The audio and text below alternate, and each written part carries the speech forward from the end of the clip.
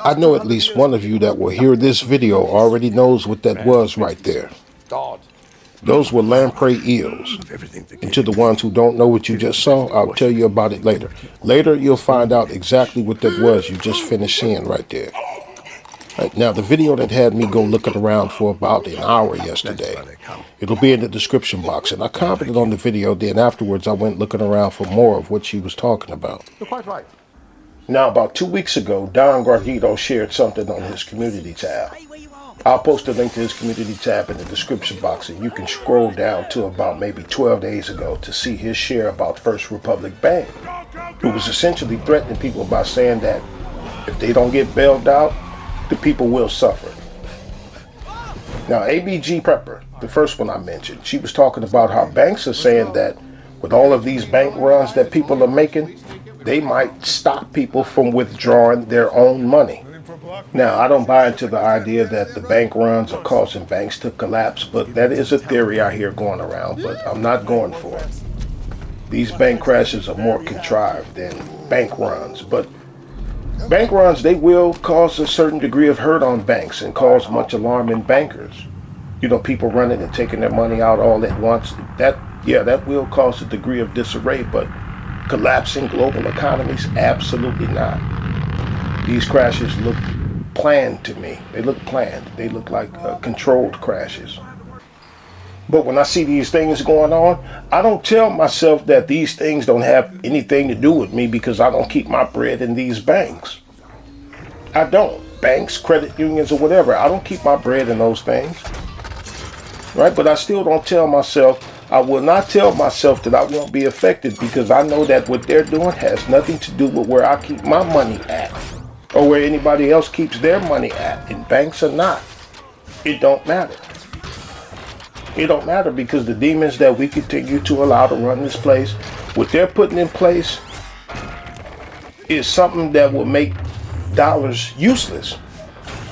Whether you keep your money in a shoebox, you don't cut a hole in the mattress or whatever, got it buried in your backyard or whatever you do with your money, wherever you keep your money at, or even if you keep it in the banks and credit unions, it don't matter.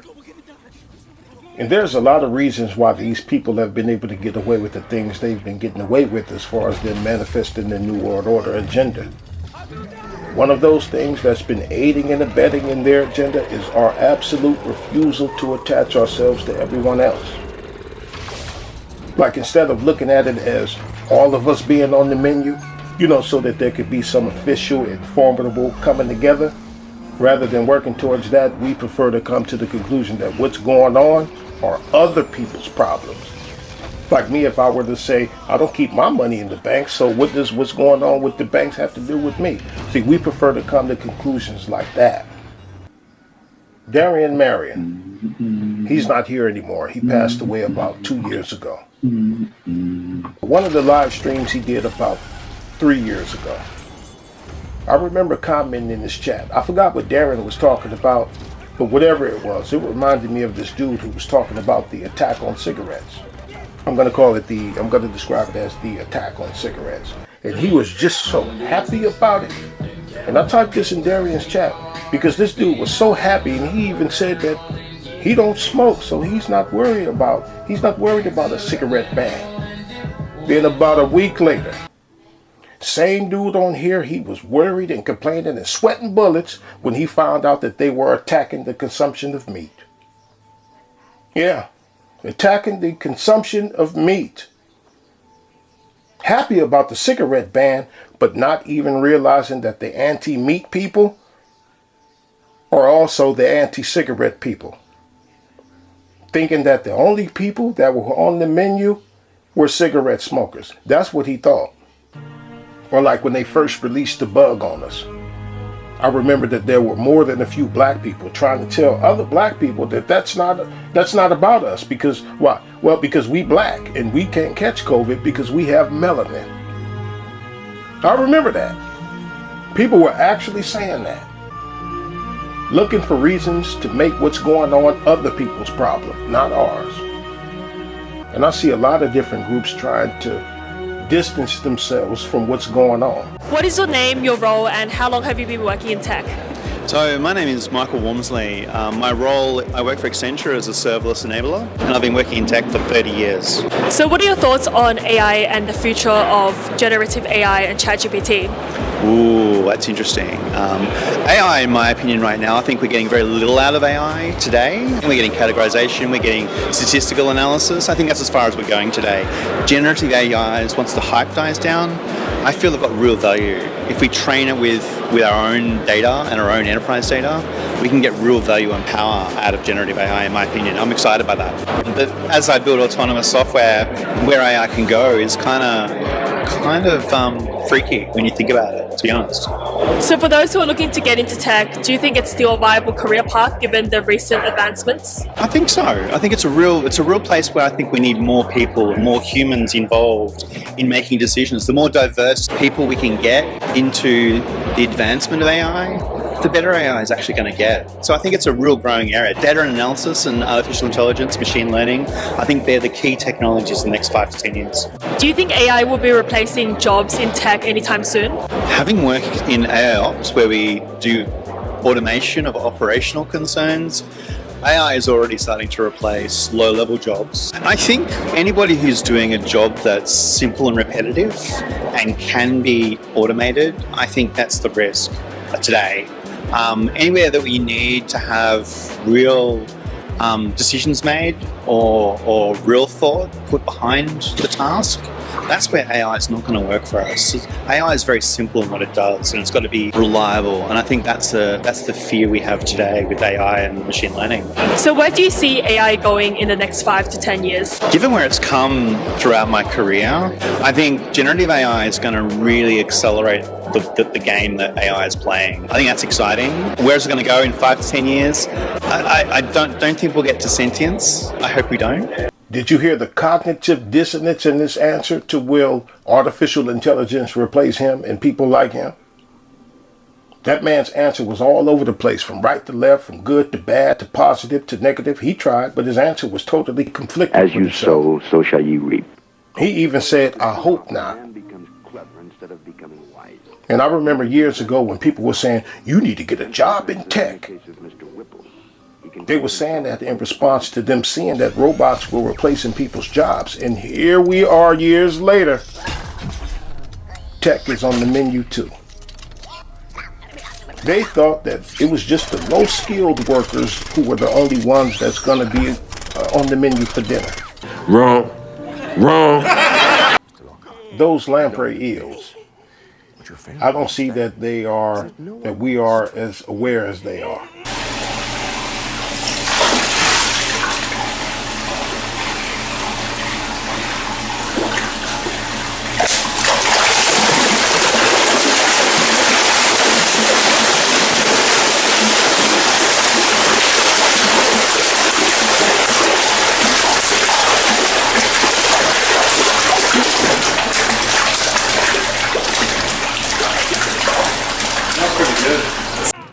What was that he poured in there? Food? Nah, that wasn't food. What was it, poison? You saw how they were trying to get the hell out of town, so it was poison, right? No, it wasn't poison either. What was it? Well, what it was dead lamprey eel scent. You saw them scrambling, trying to get away. Is there hope? Why? Well, because unlike us, they recognize that they're next. Us, we like to think, oh, that's just other people's problem. More craziness in Europe, with the EU pushing ahead with a Dutch plan to buy out farmers in a bid to cut emissions. Joining me is Webster University Assistant Professor Ralph Scholhammer. Ralph, this plan is just crazy. The Dutch farmers are amongst the best in the world, yet they are under attack from environmentalists. Yes, I mean, it's a pattern that we see throughout the West. It doesn't matter whether it's coal and gas in the United States, or whether it is cows in Ireland, nuclear power in Germany, or the farmers in the Netherlands. This is a general trend we see in the West, which is, you can call it a revolt against modern life, a revolt against the modern world.